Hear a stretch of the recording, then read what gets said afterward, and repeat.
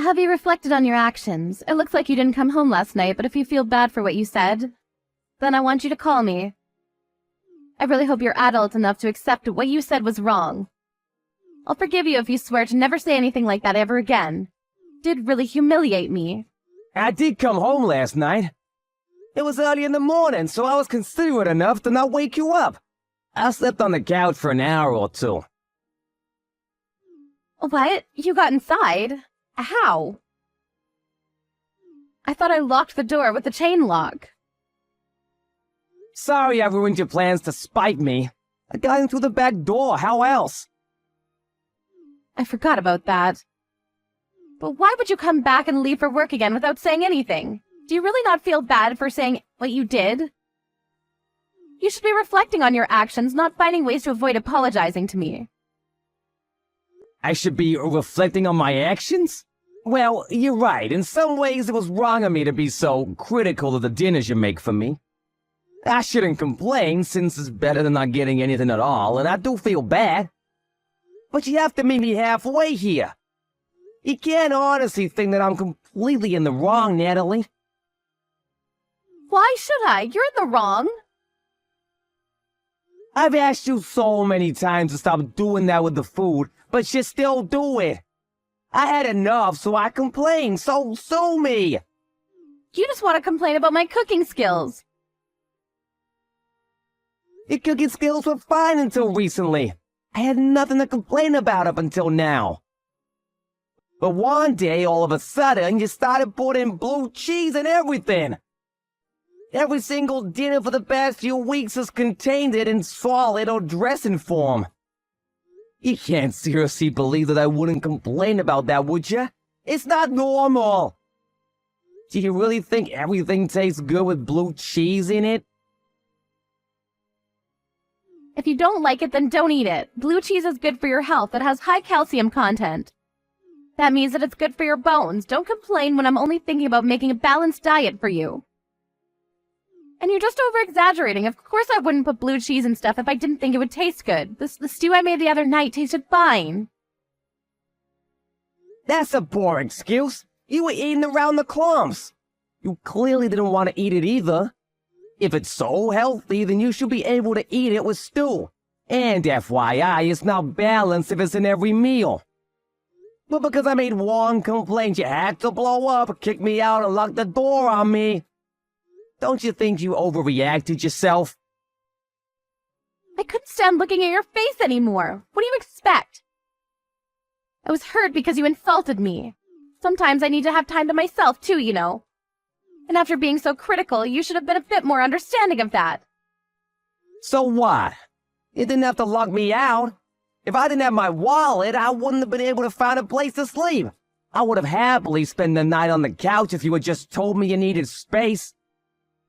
And I was only being honest about dinner because I've asked you to stop too many times. And I'm telling you, your brutal honesty is why I was so hurt. You're always complaining about my cooking.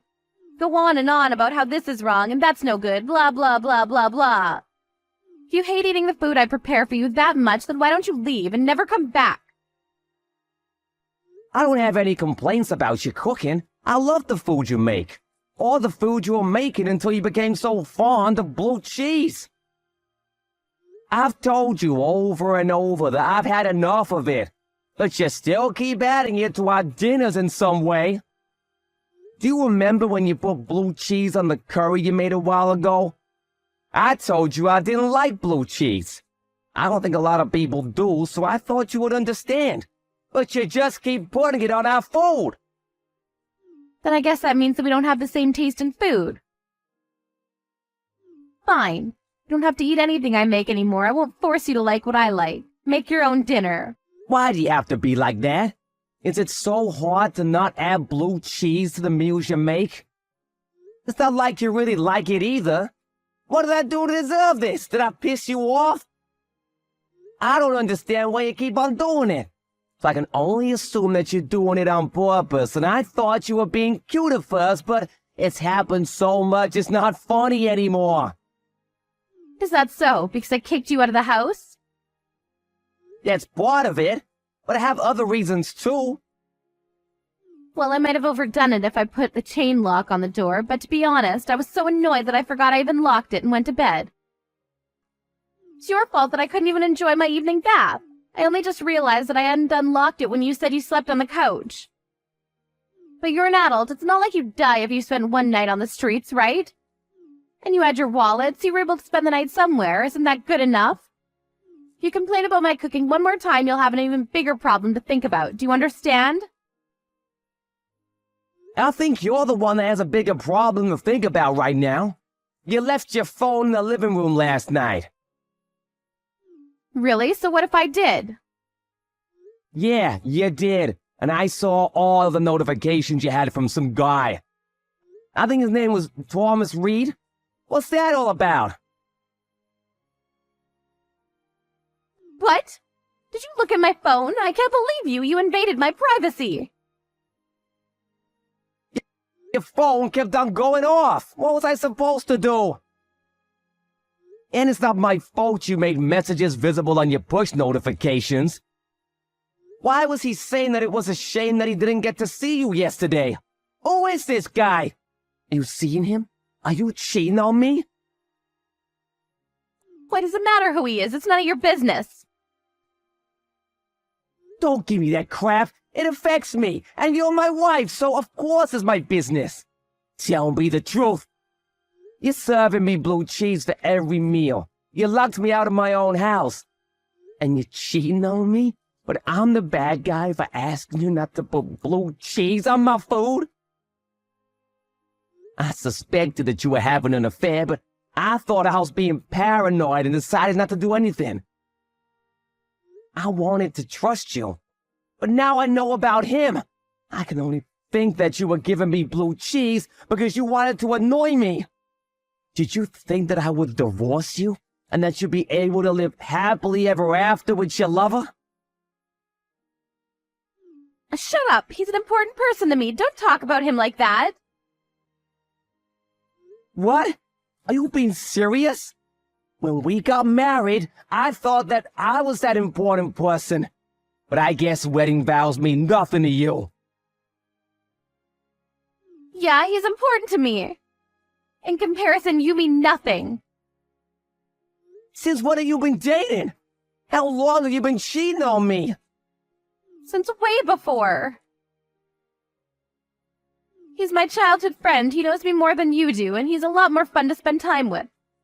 All you do is complain about my food, and I can't be with you anymore.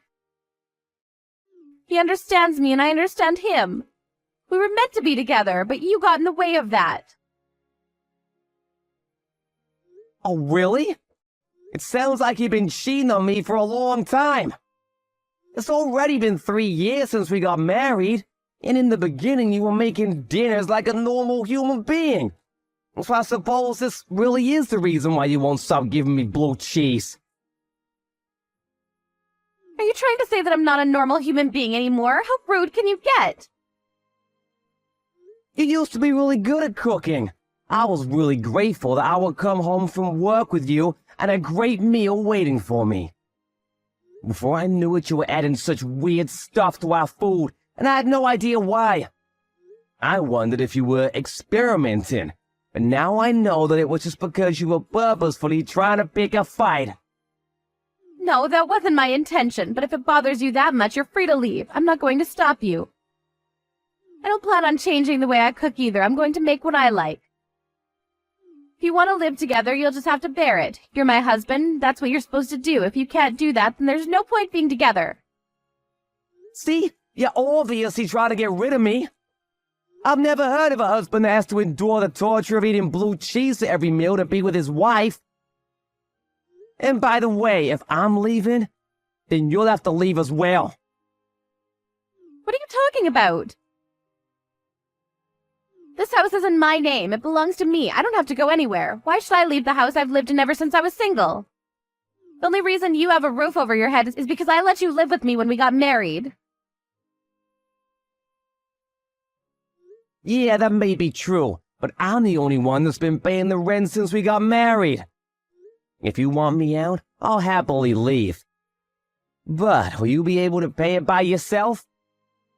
I think you'll have to find a job pronto. if you want to keep living here. You're the one that said you didn't want to work after getting married, so you've only got yourself to blame for your lack of funds. I'll be fine. I'm going to ask for permanent alimony. What? You're kidding? You don't actually think that the court will let you take anything from me, do you? We're going to divorce because you're complaining about my cooking, so of course I'll get something. I won't be able to get a job straight away. And I don't plan on remarrying just yet. Do you seriously think that you deserve financial support from the man you've been cheating on? And you're the one that's been telling me to leave. So, from the court's point of view, you'll be the one that owes me money. I'm shocked that you think that you have the right to ask anything of me after everything you've done. My relationship with Thomas doesn't have anything to do with you, so of course it won't have anything to do with our divorce. Even if it did, you don't have any proof that I've been cheating on you, so there's no way for you to argue that it's caused our marriage to break down. There's nothing you can do, so you might as well just give in and pay up. Now that that's decided, can you hurry up and come back for your things before I throw it all out? I want you to be out as soon as possible. I'm surprised you wanted a divorce that much. What, are you going to beg me for forgiveness now? No, I really did love you, and wanted us to be together for the rest of our lives. But I guess that was just me. I'm just trying to accept the reality that you would cheat on me. Did you really want me to leave that much? So much that you pushed me away with blue cheese? That's what I've been trying to say. He's important to me. You're not, Calvin. That's why I don't want to be with you anymore. It's a shame if you can't understand it, but either way you'll have to accept it and leave. When we first got married and were still in our honeymoon phase, I thought that maybe you were the most important person to me. But after all of your complaining, I've had enough. Fine. I suppose there's no point arguing that I was only complaining because you started bringing out strange combinations for dinner. Are you sure you want this? For us to split up? Of course I'm sure. If you can't understand what I have with Tom, then there's no point in us being together. I don't want to be stuck in a marriage with you. Fine, I'll give you a divorce. Are you happy with that? Not quite. We'll still have to talk about money. I'll settle for everything you have saved. I know you don't have a lot, but it'll have to do. I don't want to be in debt after all. Now that would make me feel bad. You should be grateful that I'm so forgiving. But even with your minute savings, I should be able to live without any worries for a while. I think that's the best way we can settle this. I'm not paying you anything. But I'm gonna talk to a lawyer and see what I can demand from you. I'm not leaving this marriage with nothing. And how do you plan on doing that? You don't have any evidence to prove I've been cheating, so the court will just agree that I need financial support more than you do. Have you been listening to me at all? I have been listening. And I've been talking with your beloved Thomas, too. What? How did you contact him? I asked your parents if they remembered anybody called Thomas Reed from your childhood. And luckily enough, they did. They gave me his phone number. You spoke to my parents. Why would you do that? It looks like you weren't lying when you said he was a childhood friend that lived in the neighborhood. Apparently he still lives close by. And when I told your mother that you were still in contact, she was really surprised. She was under the impression that you had already stopped talking to him way before we had gotten married. She seems curious as to why I wanted Thomas's phone number, but I think she guessed without me telling her anything. What did you say to her? How do you know that she guessed that I'm going out with Tom? Did she say anything back to you? I didn't mention you at all. I only asked for his number, but I think that was enough. Well, I'll have to tell your parents anyway when I let them know that we're getting a divorce. It doesn't matter whether she already knows or not. Don't do that. You can't do that to me. They can't know. Why not? It's the truth. What do you mean, why not? They're my parents. They don't have to know about Tom. If you tell them, you'll just be hurting them. You're the one that's hurting them. You're the one with the affair. What's the real reason why you don't want to tell them? They're gonna want to know why we're getting divorced. Are you planning on lying to them as well? Yeah, I'll tell them, but not like this. Give me some time, I'll tell them. You just don't want to tell them because Thomas lives next door to your parents, with his wife and elderly parents. My mom told you all that? I'm amazed that you could do such a thing. You're having an affair with a man that has a family. And you don't even feel ashamed of it? Instead, you're trying to divert all blame from yourself and onto me. But you don't have any evidence. Why should I feel bad when there's no way for you to tell them? They'll just pass it off as you being spiteful. Thomas was panicking a lot when I told him who I was. He sensed why I was calling him and promised that he would give me anything I wanted as long as I didn't tell his wife. He offered to give me photos, even screenshots of your messages without me asking him. You're lying. You're just saying that so that he'll give up. Tom would never betray me like that. I don't believe you. It looks like you were the only one that thought your affair meant something. The most important thing to Thomas was that his wife didn't find out he was cheating. Apparently, she's pregnant and having a tough time dealing with it. So he doesn't want to stress her out right now. He seemed really desperate that she doesn't find out. But he told me that he loves me more than he loves his wife. He's supposed to not care about his wife at all. He's just saying all of that because he's working in the company his wife's parents own. I know that he loves me. He just can't say anything because he might lose his job. He'll protect me when he has to. Are you sure about that? It didn't take him long to decide what his priorities were. He sold you out the second he found out what I wanted with him. Thanks to that, I have photographs showing the both of you together, and I'll be able to use them to file for a full divorce. He coughed up evidence without a problem, so I plan to keep my promise of not telling his wife. But I don't know what will happen if I tell your mother. She might go next door and tell Thomas's wife and parents what's happening between the two of you. You can't let that happen. Nothing good will come of that. You'll destroy a family. Please don't do that. Tom will hate me if that happens. He won't ever want to be with me ever again. I'll lose him.